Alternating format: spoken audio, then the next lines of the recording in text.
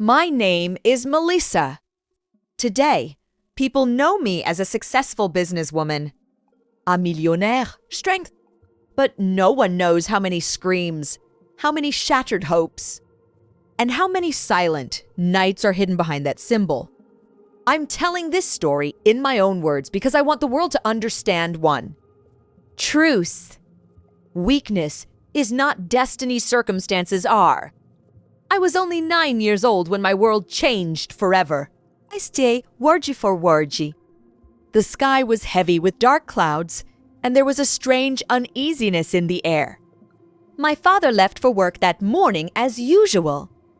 I straightened his shoes by the door, just like I always did, and he smiled and said, "My brave girl, come home from school today and tell me your story."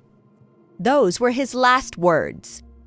A few hours later, the door was knocked on hard. Neighbors stood outside. The police were there. And then came the news that stole my breath away. Accident? A speeding truck. And my father was gone forever.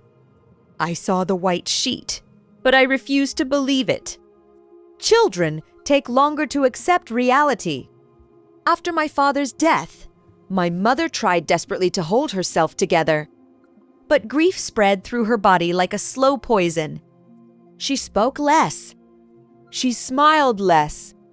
One night, she held my hand and said, "Melissa, if I'm not here one day, never think of yourself as weak." A few months later, she was gone too.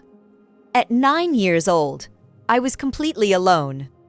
That's when a new chapter of my life began at my uncle's house. My father's brother.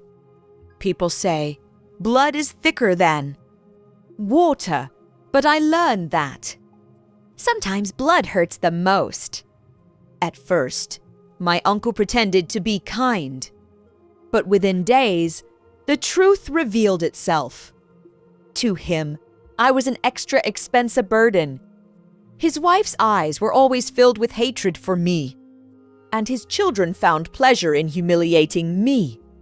The first cruelty was stopping my education. "You're a girl. What will you gain from studying so much?" My uncle said harshly. I stayed silent that day, but I cried all night. I loved learning. I loved dreaming.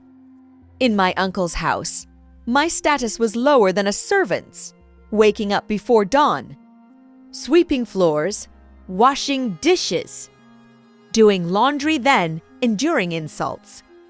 There were many nights when I went to bed hungry, but I made one promise to myself. I would not give up. At night, after everyone was asleep, I would take out the old books my father had given me. By the dim light of a candle, I taught myself. I learned on my own. Words became my friends, and silence became my strength. One day, my eyes fell on my mother's keepsake, a gold ring. It was her last memory. My heart trembled. I knew selling it wouldn't be easy, but I had no other choice. I sold the ring in secret, without my uncle knowing. I cried a lot that day. But I also made a vow to myself. This sacrifice would not be wasted. With that small amount of money, I started a tiny business. First, I sold handmade items in the neighborhood, then in the market. I made honesty my rule. Every promise I made, I kept. People slowly began to trust me. I worked during the day and studied at night. I taught myself the rules of business, managed my own accounts, and stopped being afraid of failure. My uncle grew suspicious. He yelled. He hit me. But he couldn't break my spirit. Over time, my small business began to grow. I tried new ideas. I started selling online. I built my identity. People said, "This girl is crazy," but it's the crazy ones who make history. By the age of 21, I had become a millionaire. Myom, myonofas, and the respect that once felt like an impossible dream. But the hardest test was still ahead. I went back to my uncle's house. The same door, the same faces. But this time, I wasn't weak.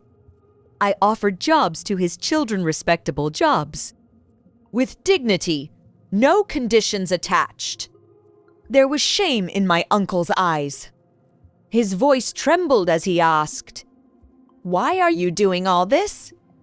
I smiled and answered, "Because the most beautiful way to take revenge is through kindness. I didn't ask for any repayment for the past. I only proved one thing: even hatred can be defeated. Today, when I look back at my life, the pain is still there. But that pain is what made me Melissa. This is my story. The story of an orphan girl who created light even in the deepest darkness.